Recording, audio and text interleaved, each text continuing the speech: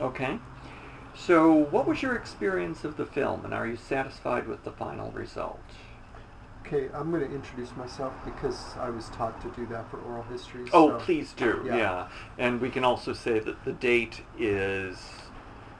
February February 15th. 15th. Hi, I'm Dan Nicoletta. This is February 15th, 2009. I'm being interviewed by Michael Flanagan for a podcast about Harvey Milk. And what's the first question, Michael? What was your experience on the film? Are you satisfied with the final result? I'm very satisfied with the final result. I think it carries the message of Harvey beautifully, and I find the film to be very poignant. I find it to be a great political tool, and I think we're very fortunate that it manifested the way that it did. For me personally, it was one of the great experiences of my life. I got to do stills on the set, work with some of the great actors of our modern times, and it was very uncanny and surreal to be taking a nap on the old velvet couch in the camera store one afternoon waiting for the crew to show up. So it had many things like that where we're just still pinching ourselves that we had these experiences.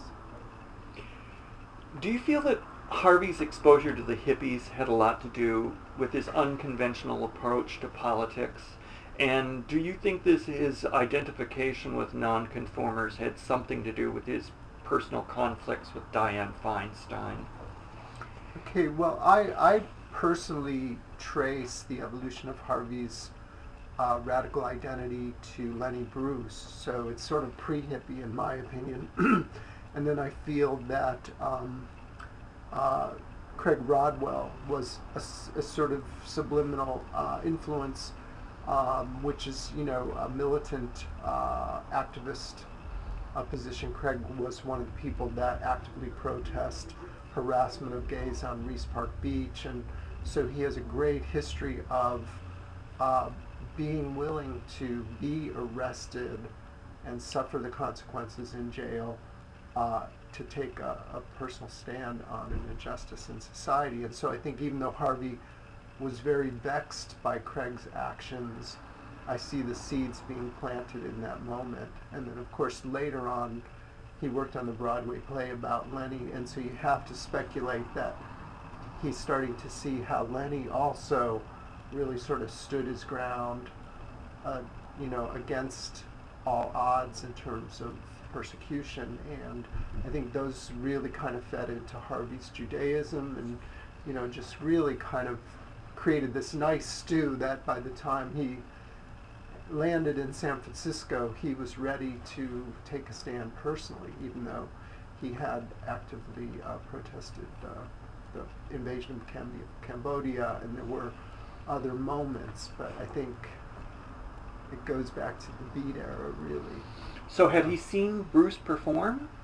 No, but he worked on Tom O'Horgan's Broadway production of Lenny, Yeah. so he was familiar with the material. And he probably, all those guys were old enough to come from that era where they may have very likely seen Lenny perform, so you just never know. I know O'Horgan knew him. Right. So and Tom and O'Horgan and Milk were very close allies. Yes. Robert Downey Sr., they all kind of had a constellation of creatives that were hanging out together and socializing, even though Harvey wasn't necessarily a creative, although he did do extra work for those guys, and he kind of was a handyman for O'Horgan. He was a financier. He helped feed those guys while they were destitute. So Right. he definitely was part of the creative constellation in that respect, that he was a financial dimension to it. Do you think so that the beat sensibility was part of the nonconformity that made him brush up against Dianne Feinstein and her sort of rigidity? Well, and don't forget, Hair is also in there. O'Horgan was Right. being celebrated for taking Jerome Ragney and Rado's off-Broadway musical Hair to Broadway. Right. And so Harvey's very much a part of that, and he's definitely probably self-identifying as anti-establishment. So I think when he come up against anybody like Diane, who is pretty rigid ultimately in terms of more ephemeral issues like social decorum, he would do everything in his power to kind of rub salt in the wound, you know. I think that was the nature of that relationship, you know. Right. In the book they talk about him using street language in the that in the movie that whole scene with telling Cleve to wear the tightest, most sexiest jeans. Right. That's based on fact. Right. So in the film we see Sylvester singing at a party for Harvey. Did Harvey have much interaction with the Cockettes aside from Sylvester? Well, and there you go. There's another further permutation of counterculture ideologies, and Harvey and Scott, they adored the Cockettes, and they went to the midnight shows, and they completely got that Sylvester was this shining gem, and you know, Harvey invited him to perform at the second annual and the third annual street fairs, which Harvey and Scott organized out of their camera store. Right. So Sylvester was definitely part of a larger spirit that they were clued into and very much celebrated. Right. You know, again, coming from the theater background, of course they embraced all that stuff. And a lot of the Cockettes were camera store customers, so you know, we had Billy Boot coming in there loaded on Quaaludes to drop off his out-of-focus movies, and, you know, on and on and on. So Pristine Condition was a friend of theirs. Okay. Harvey is quoted as saying that Dan White could be educated with regard to gay politics. Do you think that Harvey was inclined to give Dan White a break because he was working class and similar to the people in the labor movement that he got along with?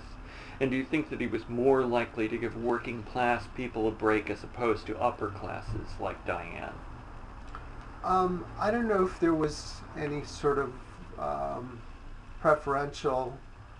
I think he was all-inclusive, and I think he had affinity with working class folks. But I think he also understood the necessity of upper class people and how the two needed to work together. And so I don't know that he had a sort of natural affinity to one or the other. I think he was probably enchanted with the wealthy class and a kind of, you know,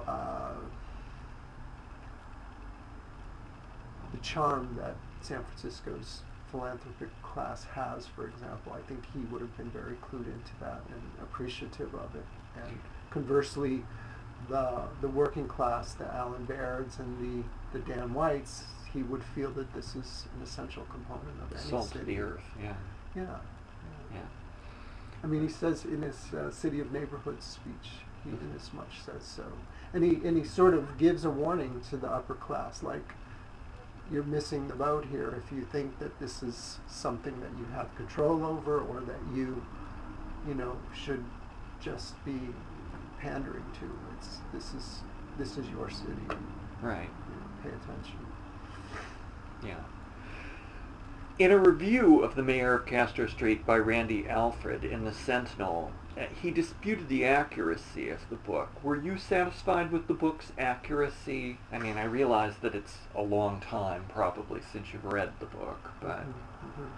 I personally was satisfied. However, I'm an easy mark, you know.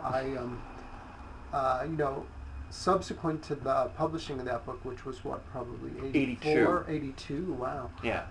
Interesting. You know, I've come to really sort of understand the detriment of revisionism, and I would say I'd probably be a little more scrutinous now, although I haven't been very scrutinous with the film. But thankfully other people have been. I've been pretty busy, so I tend to not split hairs. Right. For example, one of the big ones, which I think is really important, is not in Mayor of Castro Street, the book, but in the hyperbole around the movie, it's quite often talked about as Harvey being the first openly gay elected official in the world. Well, he's not. Right. We Elaine Noble was before him. That's right, and Kathy Kozanchenko was from in Ann Arbor. And there's actually a gay man from Ann Arbor whose name is failing me. I think his last name is Taylor. So Harvey was not even the first male. Yeah. So to even kind of isolate those variables is overstepping, and you know, that cat's out of the bag now. He's often considered the first, and it's one of those things, if people had cleaned that up early on, we wouldn't have this problem. I've actually posted about that online. He's the first out gay man who was elected. Both of the people in Ann Arbor came out after they were elected. That's right. Yeah. Elaine Noble, however, was out when she was elected. That's right. Yeah. Yeah. The way I like to phrase it is one of the first openly gay political platforms in the nation. That Harvey was elected as an openly gay person on one of the first openly gay political platforms in the nation, because all three of those other people didn't necessarily have a gay rights platform, although Kathy Kozanchenko she was part of an organization that did have a mission statement that included LGBT, well, there's no T at the time, but LG rights was part of their mission statement. So it could be argued that they did have an openly gay political platform, but again, she was in office, and then she came out the first term, and then she was reelected as an out lesbian in the second term. So I think it's healthy to say that Harvey's was the first openly gay rights political platform, and that would be a correct and accurate distinction to sort of phrase him in history. But to overstep and ignore those other people, I think, is a big mistake. I agree. Because they contribute to the gravity of his emergence, you know. And the stream of history that brought us to Harvey, So, do you think that Harvey's neighborhood activism, doing things like making sure the school remained in the Castro and that the library was not closed, are lost in the consideration of Harvey's gay rights struggles? I don't know, you know, I think he'd be the first to say, you know, I did it for the LGBT movement, although again there was no T at the time, but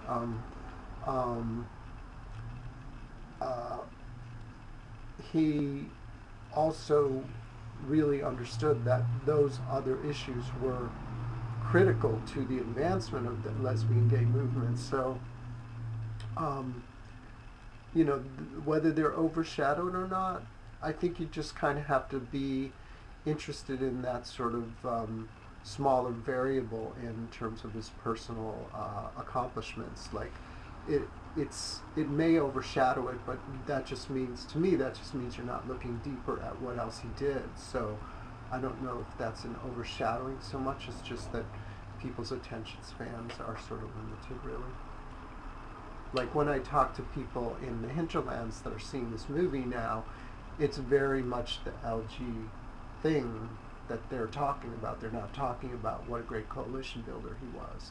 Right. So that is overshadowing in a sense, but it's the compelling issue that needs to emerge as the topic of discourse out of this film and this man's legacy. Mm-hmm. Not that he saved the libraries ultimately. Right. Yeah. But that was a huge pet project of his. Right. And it's important in the sense that he's an educator. He understands why libraries are important in the cyclical nature of education, and so it's sort of part of his paradigm, but it's a kind of hidden agenda, really. Right. Yeah. We don't often think of him as an educator, even though he did have an education degree. Yeah. You know what I could say about that is he certainly did not advocate for libraries expediently. I think he was really genuinely interested in that area. Mm-hmm. He really enjoyed going to those meetings, and he loved those people, and it was something that fed his soul. Mm-hmm. Was there controversy among Harvey's friends over He the... liked your people. Oh, the he liked... librarians. Was there controversy among Harvey's friends over the outing of Bill Sipple when that happened? God, you know, I was so green behind the ears back then. I mean, I knew Billy actually pretty well, and I didn't see any controversy, although I know there were frictions. I mean,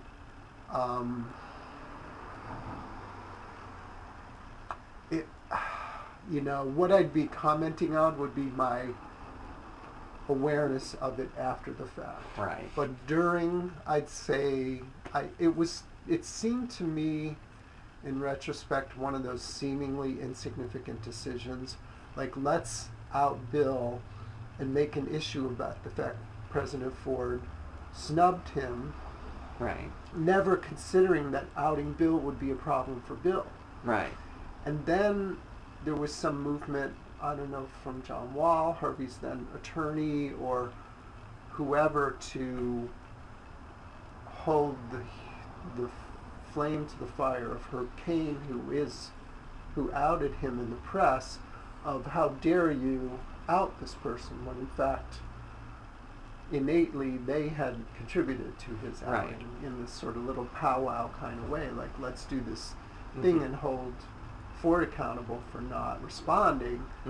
And then Herb Cain picked up the item, but then they kind of turned on Herb Cain and said, well, you can't just out a person, you know. So it was just a lot of mixed messages then, and there were other instances of mixed messages. You know, it's like we as a movement did not have it all figured out by any means. You know, I think there was lots of mistakes made and lots of kind of conflicted ideologies. The whole, you know, tone down your drag for the 1978 parade. You know, what a misplaced idea that was. Yeah. You know? Yeah, especially since people like Jose had supported Harvey from the beginning. Yeah. Yeah. Well, Randy Alfred, who's a scholar on Milk, he warrants that Harvey qualified that position, and his qualification was, if you can't, tone it down if you can or if you want to. So as opposed to everybody should tone it down, he's saying there was a subtext to that was like, you know, it's a kind of up to you thing, but I don't remember that nuance. I'd love to discuss that with him more, because in a sense it sort of clears Harvey of not being completely sort of off base on that matter, because, you know, history showed us that no matter what we did and how we appeared, they still took footage of us and used it as propaganda. So why try to modify who and how you are in the world? We learned that lesson at that time. Right. So it's kind of, anyway, I'm digressing now. Yes. When Harvey was supervisor, there was talk of the Presidio being decommissioned, and Harvey thought it was a good idea. Do you think Harvey would be happy that it has now become a national park? And do you think that Harvey likewise would be happy that the freeways were torn down after Loma Prieta? Yeah, I mean, you know, I think he was for growth, and I think he didn't like rampant growth ultimately, and he didn't like growth that did not factor in poor people. And so I think that both of those projects have earned merit in retrospective, in terms of not being, not sort of changing the face of the city in ways that are heinous. I don't know how much more can you say it? Right. There's good taste involved in both of those projects, and and I think there's an apportionment down here to low-income housing that, you know, Harvey's successors fought hard for, but at the same time, that's the kind of city planning that he had spoken about. Right. You know. Right. The us's thing. Yeah. Dan White comes off as a very erratic person, both in the book and in the film. Do you think he was mentally ill? Like bipolar is what I wonder about. Right. Well, what I mean, you know, what's being said is that too bad he did not get a formal diagnosis in his lifetime, because perhaps therein would have been the capability of a healthier response to those problems that he faced. You know, I think it's a slippery slope to conjecture what was going on for Dan. Obviously, there was many things. Right. And obviously, he had really poor wiring from his own upbringing. Right. You know, he had lots of history of rageaholism. Of course, so did Harvey. So that's kind of interesting. Right. There was a kind of stew happening there. Yeah, I don't like to go there, because I really sort of pity the guy. You know, Right. I really don't. I think it's a slippery slope to conjecture about anybody's mental health diagnosis. Okay, so from that slippery slope to another slippery slope, there's also speculation both in the film and the book about his sexuality, about Dan White's sexuality. Do you think he was a closet case, or did you hear anything at the time about it? Right. Well, I think that they definitely utilized that topic to create charge in the storytelling of this story. And that, to me, is okay in the context of a feature drama, because ultimately, if you don't have drama, you don't have a good film. I mean, you know, the guy's not alive to defend himself, so that's a little bit of an issue for me. Right. But the thing is that what I feel Lance is addressing there is not so much Dan White's latent homosexuality, but every single individual's latent homosexuality. So there's this larger issue that is present in that him being the raw material, if you will, to discuss latent homosexuality that every person has to contend with ultimately. And so and don't forget, you know, that was in the air. It's like in the 70s, as the LGBT movement kept on gaining more visibility, people really started to take a look at themselves and say, my God, well, what's up with me personally? Right. You know, and if you had any balance, Mm-hmm. you would not be undone by that. But Mm-hmm. certain people, because they were not fully reconciled on those matters, quite often were undone by that issue. Okay. In the book, Margot St. James indicates that there was a police insider who said that he alluded to a conspiracy to kill George Moscone. Do you think there was a conspiracy? I don't think there was a conspiracy, but I think there was probably a lot of banter in the police department. They didn't like George very much. Right. And there was several reasons. I forget what they are, but it was George Gaines, or Captain Gaines. Gaines, but it goes even further back. It has Yeah. to do with the desegregation, I think. Right. And that got postponed, and then I was just reading about that. It's like that was going to be implemented in the police department, and then George was killed, and it was his policy, and they hated him for forcing them to go that path, and then he was killed, and then the desegregation was postponed, and then it finally was, I guess Chief Gaines must have been the one that facilitated it, but that was a pending phenomena that was interrupted by George's killing. Right. So it goes, you know, and it's sort of ironic that it's racism that also is part of the reason why They were might killed. have been.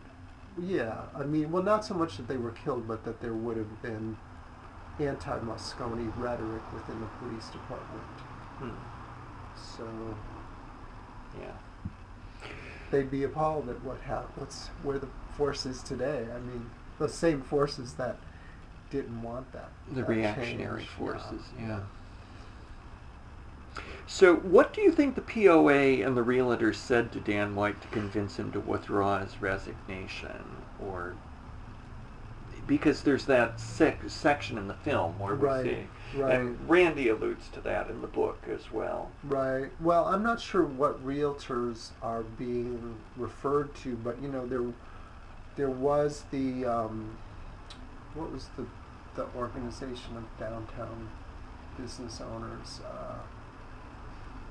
Downtown Chamber of Commerce. They had tremendous sway with Dan. I think Mel Swig, I think Mel Swig is who financed Dan's potato Yeah. stand, and so whereas Dan probably had some sort of altruistic notions that he wasn't being bought, ultimately he was being swayed.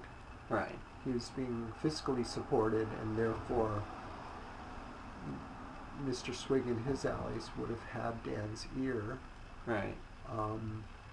And when he resigned, I think they probably spelled it out to him like, "Oh no, we have your ear, Yeah. and you're not going to resign." Yeah. So that would have created tremendous conflict for With him, him. because he would then understand he's moving closer to being bought Right. or playing the game. Yeah. Because he was, he did have that. He did state that kind of altruism Yeah. repeatedly. Yeah. Yeah, that he wasn't being bought, in other words. Right. Yeah. The one thing I want to say about Dan, which I think is really important to get in there, that a lot of people don't understand, is Harvey was not the sole person that brought power to bear to lobby Moscone to not reappoint Dan. About 60% of Dan's district actively lobbied to not have Dan reappointed. He did not deliver on much of what he promised them. They were disenchanted with him, and they saw this as an opportunity to get rid of him. And there really was this very vocal, very present lobbying effort in that week prior. Mm-hmm. And it wasn't just Harvey Milk. So I think that's an important component. I think Harvey had a lot of gain with Moscone on that matter, but you have to understand that it was also backed up by The people the in citizens the of District 8. Yeah. In fact, his own coalition turned on him. Ah. It was Interesting. called the All People's Coalition, Yeah. and they said, you're out of here. Yeah. Was there a rise in anti-gay violence in San Francisco at the time of Anita Bryant's campaign and the Briggs Initiative? Definitely. I could sense it. There were times when I'd walk home at night and, there was one time where I ducked into a doorway because I really felt that I was being surveilled and possibly singled out as for an attack right there in the Castro neighborhood. You could feel people's acrimony towards the visibility that gays were enjoying. There was definitely you don't deserve this kind of attitude in some quarters of society, and even in San Francisco. And so I think the sort of what's brewing under there with people that are more rogue in their behaviors is that you not only don't deserve it, but we're going to punish you for it. Mm-hmm. So, and there were. I mean, it'd be interesting to look at Statistics. the statistics Yeah. locally. Yeah. I think that whole thing that Randy paints of there being this sort of warfare brewing between the Mission and the Castro, I think that's a little Over the top. over the top for what I remember. But Yeah. I wasn't a news reporter, so I wasn't Yeah. that aware. The movie and the book make it seem as if there were almost daily protests at the time of Bryant's campaign and the Briggs Initiative. How accurate is that? Well, I didn't read it that way, but I could see where you would. I mean, again, the film takes great liberty and poetic license to create drama, and I think it serves the movement ultimately to sort of make us look like this incredibly sort of organized and powerful force. But in fact, there were only demonstrations when those 4 cities fell. St. Paul, well, there was Orange Tuesday, there was Wichita, there was St. Paul, and then Eugene, Oregon, and each one of those stimulated at least one demonstration, maybe more. But and then there were other actions. Gilbert Baker talks about some actions that had happened. Cleve, well, that would be AIDS era, but not as much as what's sort of served up in the film, I would say. Okay. Or not the same sort of level of vigor. Why do you think that Harvey was drawn to troubled men? Do you think that he was trying to fix them? And I'm speaking of like Jack Lyra. Sure.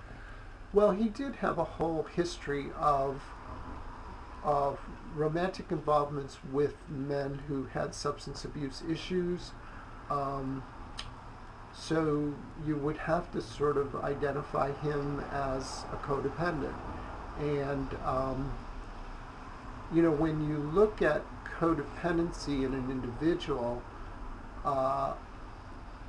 and then you sort of recognize that parts of that are an asset and not a liability, you have to say, thank God for his codependency, because here he was not only thinking that he could save individuals, but that he could save society and move forward this gay rights agenda. So the codependency dimension of Harvey's personality is really instrumental to him even believing for a minute that he could do something about getting us as far ahead as he did. That's or fascinating. having to, that's my take on it. I'd never thought of that, but that's fascinating. But somebody who he cared for really deeply, and then the price he paid was he was so busy saving the world that somebody he cared for really deeply slipped through his fingers right under his nose and killed himself in his own apartment. So, there's the problems. There's also liabilities with the codependent relationship. You can't. At some point, you can't save the person from their own alcoholism. Yeah. Scott Smith seems to have been different from Harvey's other boyfriends. He seems stronger and more together. Is this an accurate perception, or? She was a piece of work, all right. Well, you have to realize that Scott has as much gravity in my life as Harvey does, and partly because we both coped with the loss of our friend and mentor Harvey Milk, and together through 1995 when Scott died of AIDS. So we talked every week on the phone, and we navigated the complexities of being the survivors of that trauma together. And it does involve a tremendous amount of strength and some willfulness, because the community really wanted to go to sleep on that matter. It really, and I think similarly, because it was a response to trauma. It was kind of a struggle, with the exception of some advocacy from people like Tom Amiano and the emerging leaders. It was a struggle to keep Harvey's memory alive. And Scott did it more obsessively than me. He was very adamant about it, and it was sort of his coping mechanism. And I really remember him as being extraordinarily strong and willful around that issue. And I had the luxury of being his sounding board on a lot of that. And, it was really disarming at times just how driven he was, because I wasn't. I was engaged with the visual material, which is a certain amount of diligence, but to be engaged in the public discourse and just constantly hammering people about Harvey's remembrance of Harvey, and then he also had some mechanical battles like widows' rights. He did have to fight for his own, the city payment to domestic partners was not in place at the time, and he had to rally political support around that from places on high, and he got it, but it was a fight. So here's this person who's really complex and is sort of has this whole thing dropped in his lap. You know? So he's very strong and remained that till the end. You know. Yeah. But he also coped with alcohol. That was one of his. Oh. That was a part of his picture for sure. You've already referred to Craig Rodwell, and I have a question here. In the book Stonewall, Martin Duberman says that Harvey used to stop by the Oscar Wilde bookstore in New York. Did Harvey ever bring that up or talk about his remembrances of that time, or? No, unfortunately, I didn't know about Craig until I stopped into Oscar Wilde one day, and miraculously, Harvey Milk came up in the conversation, and he identified himself as Craig Rodwell. He was sitting at the counter, and we talked for a bit. And I'm just so grateful I got to meet him now that I know his significance in Harvey's identity, and that I also got to visit Oscar Wilde. I mean, I just read this week that it's about to close, which is so heartbreaking. Right. You know? So he discussed La Mama and O'Horgan a lot because we had theater as a common ground. We didn't necessarily have literature as a common ground. He didn't go much further back than the O'Horgan eras, and he did talk about Joe Campbell a little bit because of my attraction to counterculture, and since Joe was part of the Warhol group. Right. So Joe's before Craig, right. I think. I'm not sure on that. But anyway, I wasn't privy to either Craig's romance with Harvey or even John Harvey, which I think was another missing chapter. And the Schiltz has nothing on John Harvey because he hadn't emerged yet. Yeah. Re-emerged, I should say. And he's actually a very interesting chapter that kind of went undocumented because John Harvey died recently, and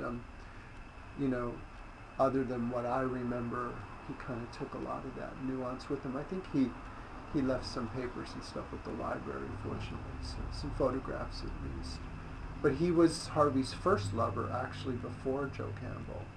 He was Harvey's first lover after he was discharged from the Navy in Los Angeles. Right. And then so Joe, I think, is the second. And then I think it's Craig. And then it's Galen McKinley. And then it's Scott Smith. And then it's Jack Lira. Who's the guy who jumped off the building in New York? That's Galen McKinley. Galen McKinley, yeah. Yeah. So you knew Joe Campbell as well? I knew Joe very well, yeah. I met those guys when we scattered Harvey's ashes out to sea. I met Joe Campbell for the first time and Galen McKinley, and they were legend in my mind because they were both counterculture heroes to me, And so we bonded on the boat, and Joe lived in Woodacre, California, and he and I stayed in touch and continued to be in touch till he passed away from AIDS just a few years ago. So if Harvey had lived, do you think that he would have been able to get the message out about safe sex to the gay community earlier? I don't know. That's kind of a loaded question, No, I try not to presume where he stood on things that there's no sort of traceable. Yeah. You know what I mean? Yeah. It's like he was very sexual and kind of did go to the baths before he ran for supervisor, and he was definitely into what we called then the numbers game, and it's in a very celebratory way, and there was a lot of sexual banter in the store, and it would just be interesting to sort of wonder what side of that schism he would have ended up on. Right. I don't think it's a shoo-in that he would have been a safe sex advocate. Okay. Yeah. One would hope. Yeah. Well, I mean, he would certainly be empathetic to the fact that we were dropping like flies. Right.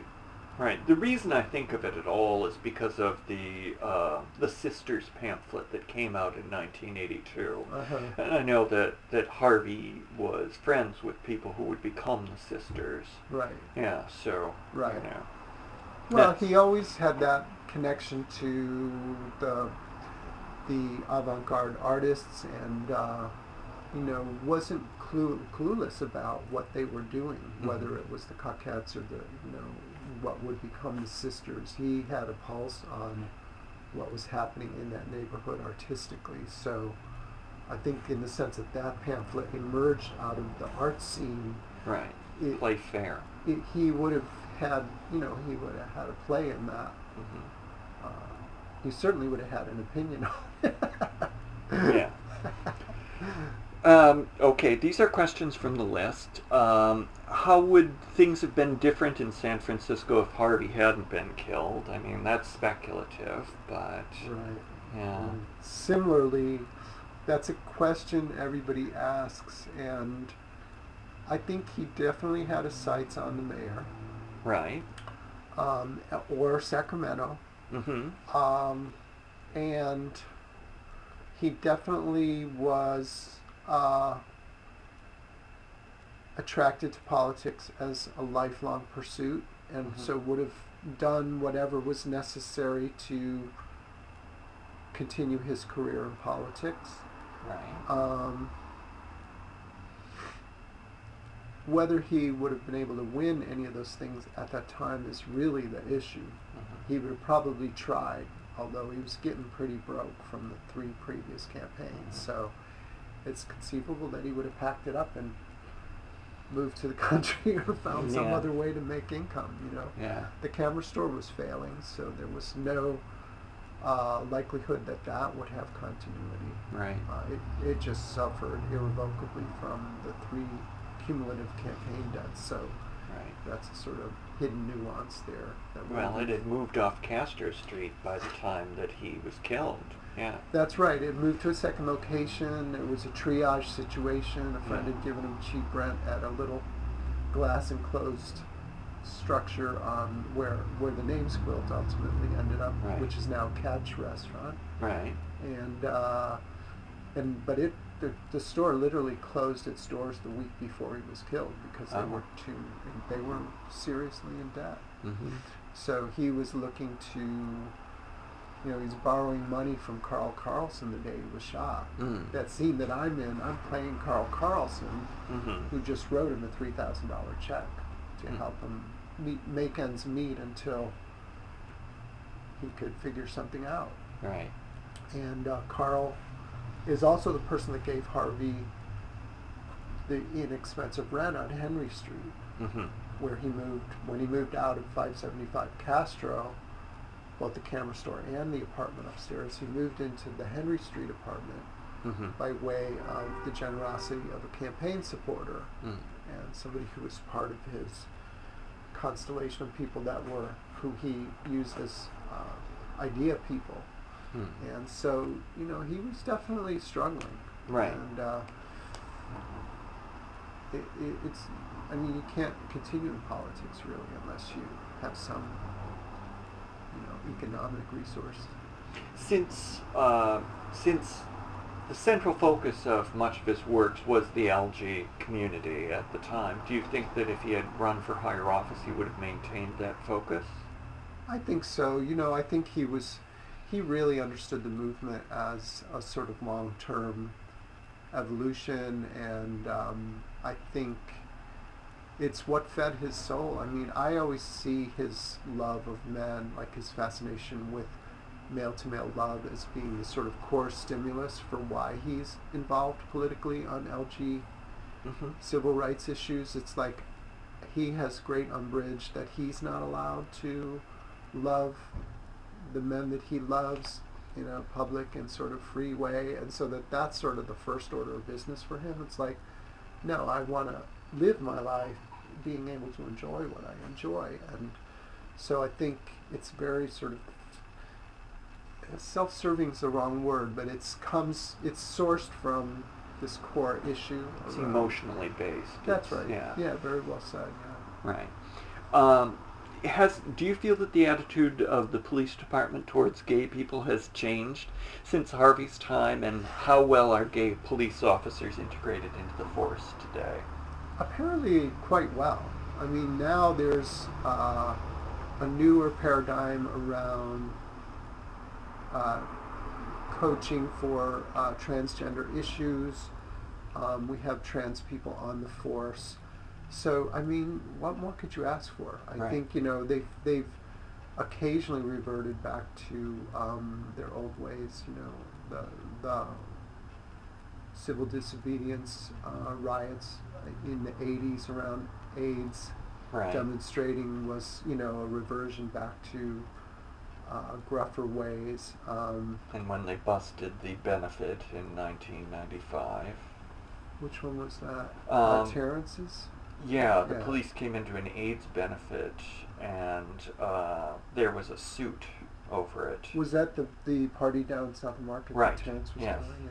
Yeah. Yeah. No, and you know, every time they've done that, our community's responded with, you know, really sort of aggressive. Right. You know, don't you remember? We've sort of worked this one out already. And it'll cost you hundreds of thousands of dollars every time you act up like this. Yeah. How much do you feel of Harvey's legacy has been preserved? Well, I think this film is going to go, you know, Gus's film is going to go a long way towards preservation of Milk's legacy.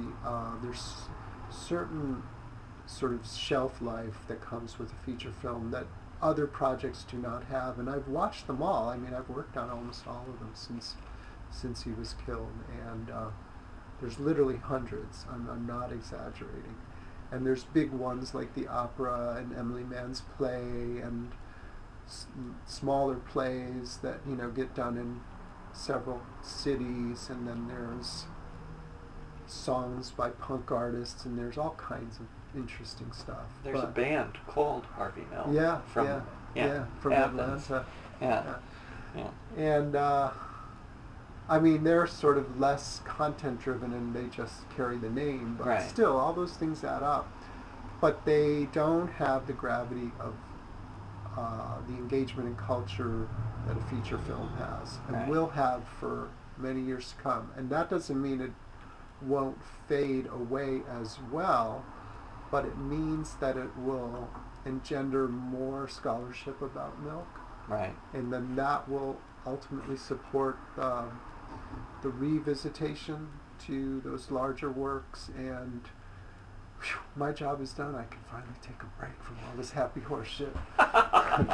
Thank you, Gus. Thank you, Lance. So there are some general questions about the Castro as well, and sort of the way that Harvey envisioned the Castro. Do you feel that the Castro has become more of a gay Disneyland, or that it's moved away from Harvey's populism? And what effect do you feel that the integration of heterosexuals into the neighborhood has had? Because that happened a lot during the AIDS crisis, with people dying and moving out. Right. Well, there's a couple things in there. I love the whole reference of a gay Disneyland. When I heard that, I thought, oh, that's just perfect. And I think it's, you know, I think there's some truth to that. But I think there's also, it's in the service of the larger ideological dimension of the LGBT civil rights movement, because what happens is we create this Disneyland here, which is based on some of those early principles. Visitors from other major cities and more remote provinces who are struggling with LGBT issues on an individual basis, they come here because they want to enjoy the simple pleasures of walking down the street hand in hand with their same-sex partners, and actually get to experience what that's like, because they can't do that where they live. And then they take that back and they sort of parlay that. It becomes the raw material of whatever they do wherever they are. And that's also international in scope. So I think the Disneyland thing in and of itself is not a bad manifestation of the community.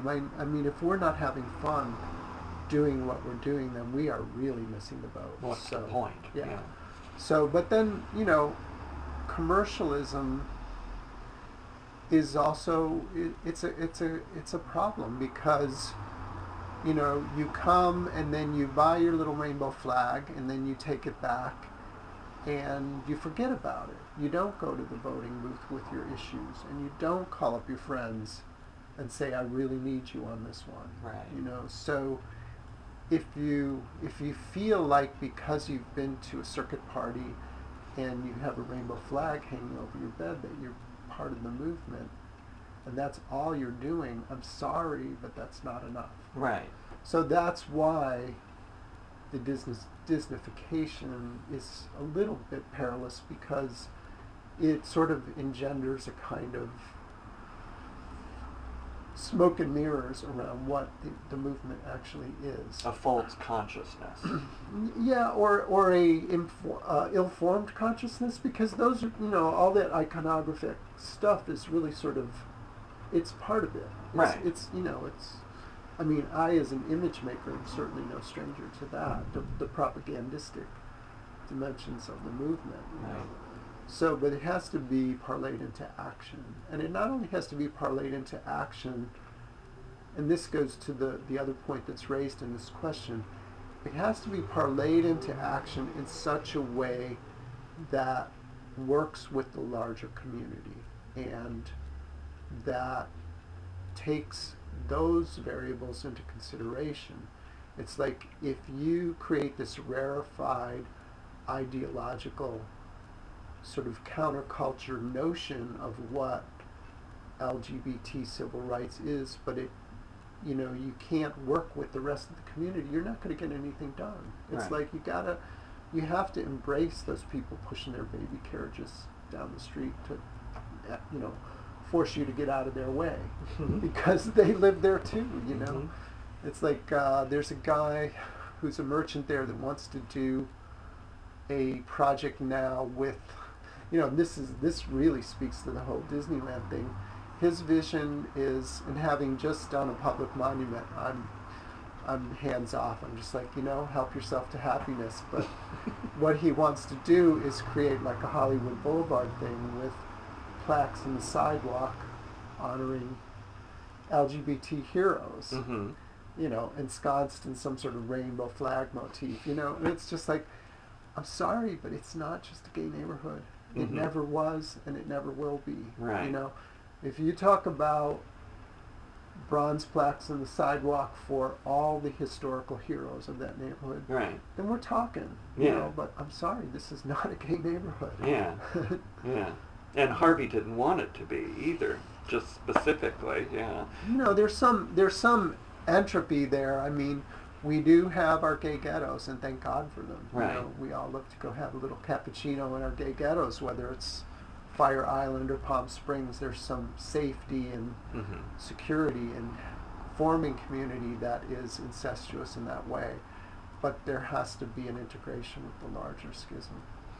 So when you were living there, what changes did you see in the neighborhood socioeconomically? It happened fast. I mean, you know, I have such acrimony for the real estate market. You know, I just feel like it's not just a gay issue. I mean, I think countercultural people are the sort of first line of gentrification, and at some point we have to look at how we do that and how careless we are about displacement.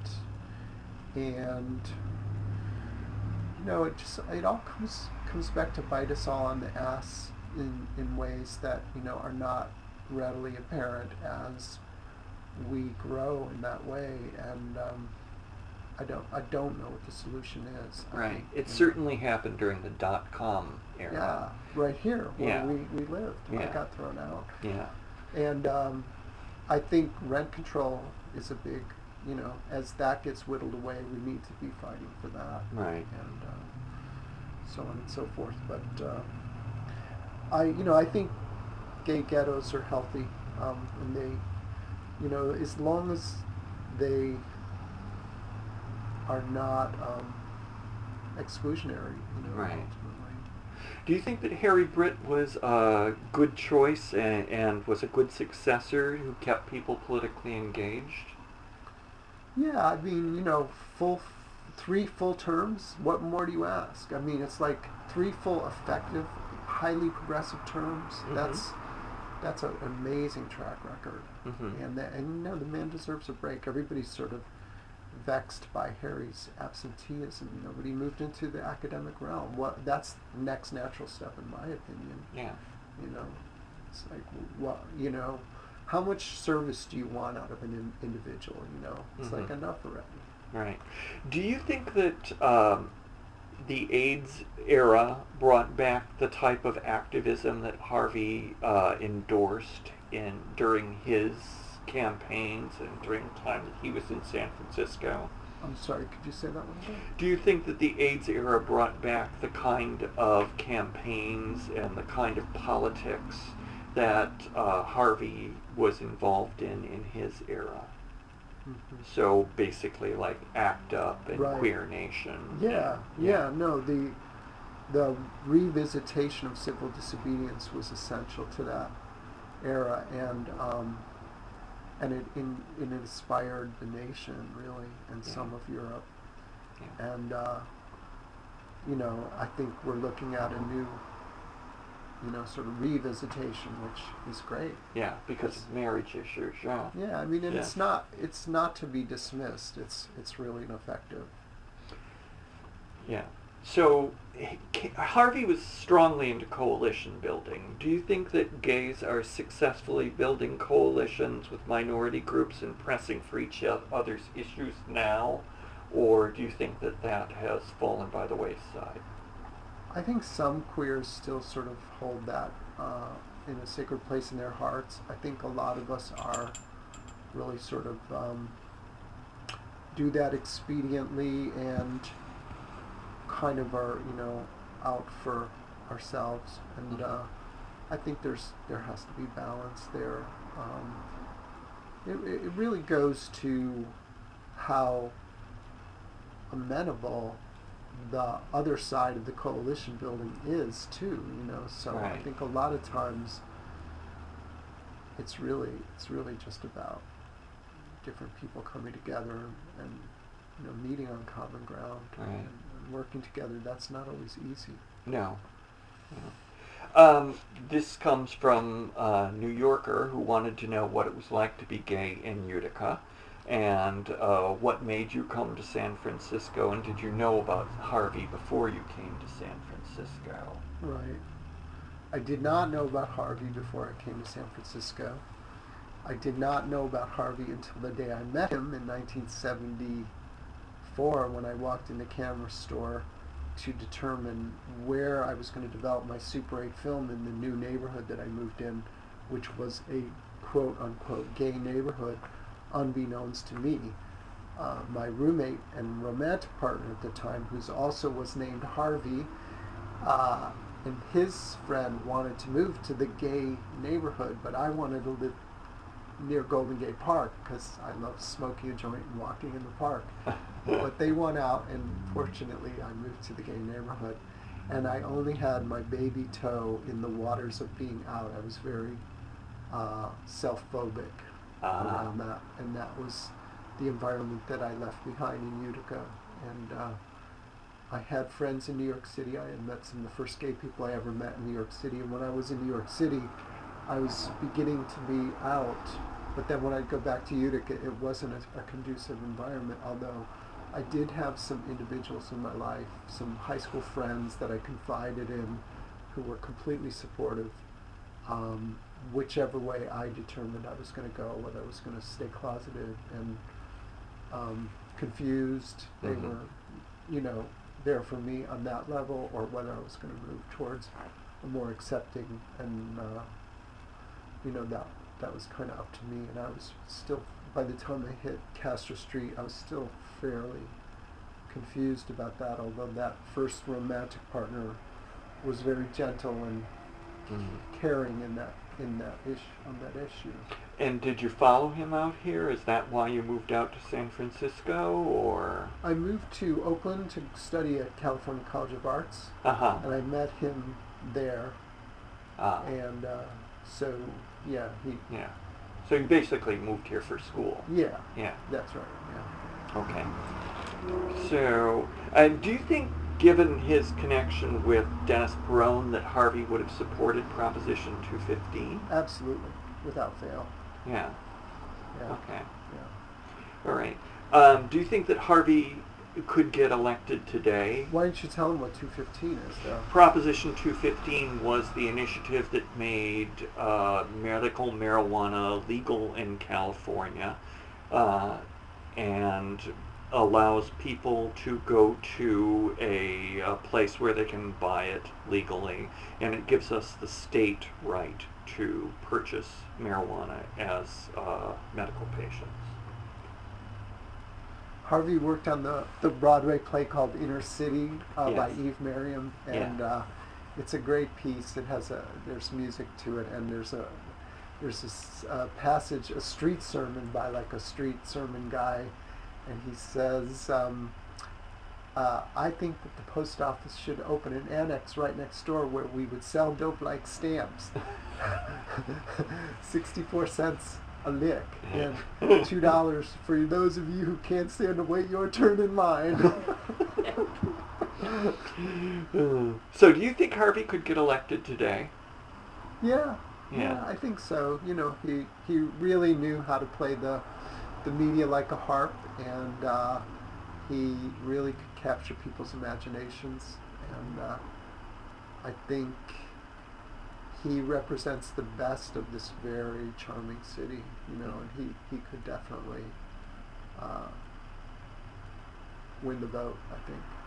Do you think that too much was made of the conflict between Harvey and Goodstein and Stokes and Foster, or do you feel that that was a very significant sort of issue for Harvey? You're talking about the Schiltz book now. The Schiltz book, yes. Yeah, no, I think that's fairly accurately portrayed there. I saw Rick and Harvey. I'm friends with Rick now, strangely enough. Talk about full circle, you know. Yeah. And I saw them debate once, and I was actually taken aback at how aggro Harvey was. He was just going for the jugular vein, and poor Rick was just like speechless at times, and Harvey just went for it. Yeah. And so I'll never forget that picture. That's really burned brightly into my mind's eye. And he really, you know, he had tremendous distaste for those quarters, whether it was Rick or Jim Foster or Joe Daly, and Del and Phyllis to some degree, all those people that tried to keep him out because they were courting, they were part of Alice B. Toklas, and they were courting Dianne Feinstein, and they were, you know, very carefully orchestrating favor with the established Democratic machine. They did not want this outspoken, you know, grassroots politician anywhere around. It's interesting, when you read Stonewall, you realize that Harvey was part of a chorus of voices who was fighting against that sort of orchestrated, sort of well-managed political sort of thing. Yeah.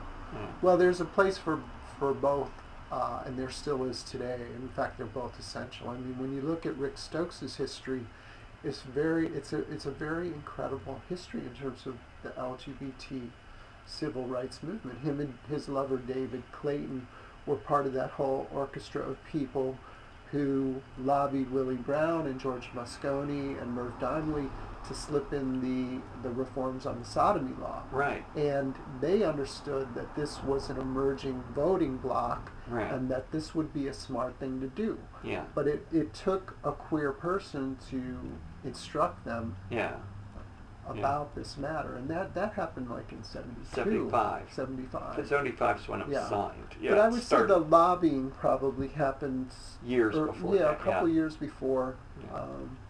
They may have been located in Sacramento at the time, and I think Dave was advancing queer queer issues early on. But anyway, you get my point. It's, Yeah. there's room for both. Do you think that Harvey was reconciling with those people before he died, or? I think he understood reconciliation as a necessary evil. I think he would have definitely kept score, but he would have understood that there's going to be another election in 4 years. Right. And wouldn't it be nice to get the advocate endorsement? Yeah. You know.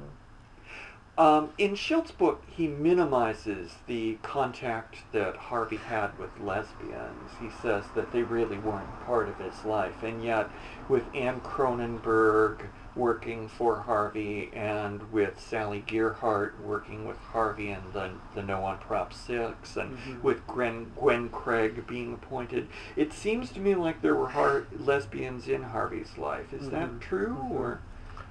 Less so in his personal life, but that was true of a lot of gay male culture at the time. We tended to, except for the really sort of counterculture folks like myself and the Angels of Light, and we really had this sort of built-in. And those of us who got women's studies degrees. Yeah. Oh, is that your yeah. Is that your degree? My yeah. minor.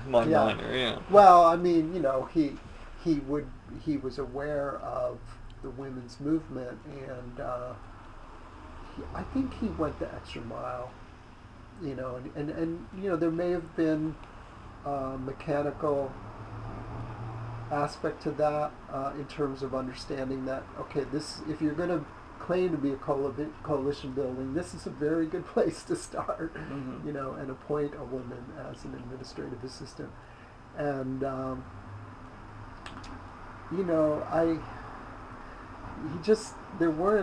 there weren't that many women around on a social level, although Harvey had a very close friend who has kind of gotten lost in the shuffle of the storytelling. I think she's discussed a little bit in the Schilt's book, but they knew each other in Texas, and her name is Odette Trudell Deschaines, and she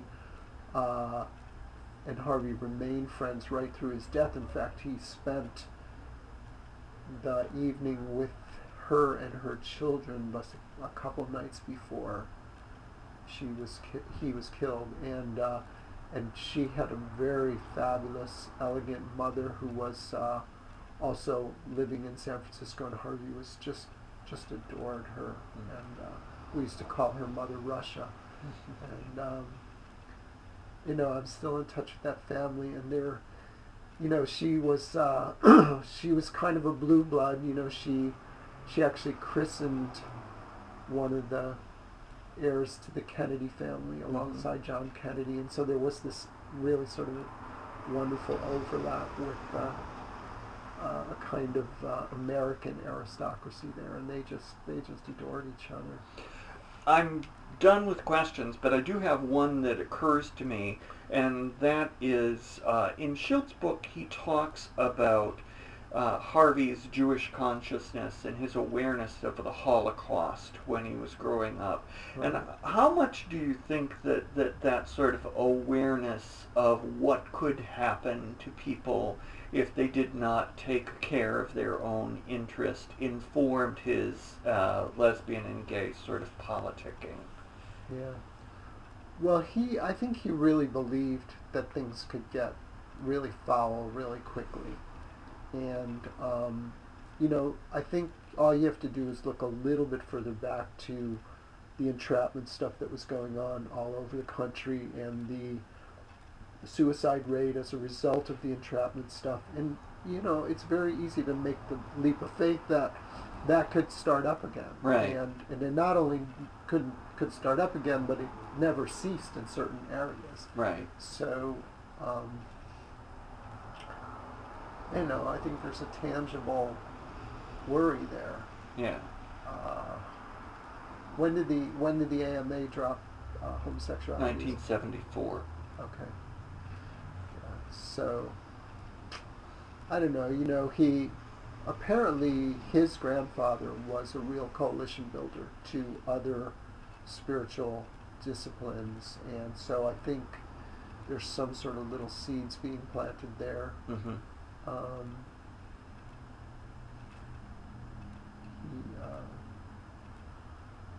Yeah, I think it's there. He certainly utilized it in his speeches. Mm-hmm. You know, do not forget.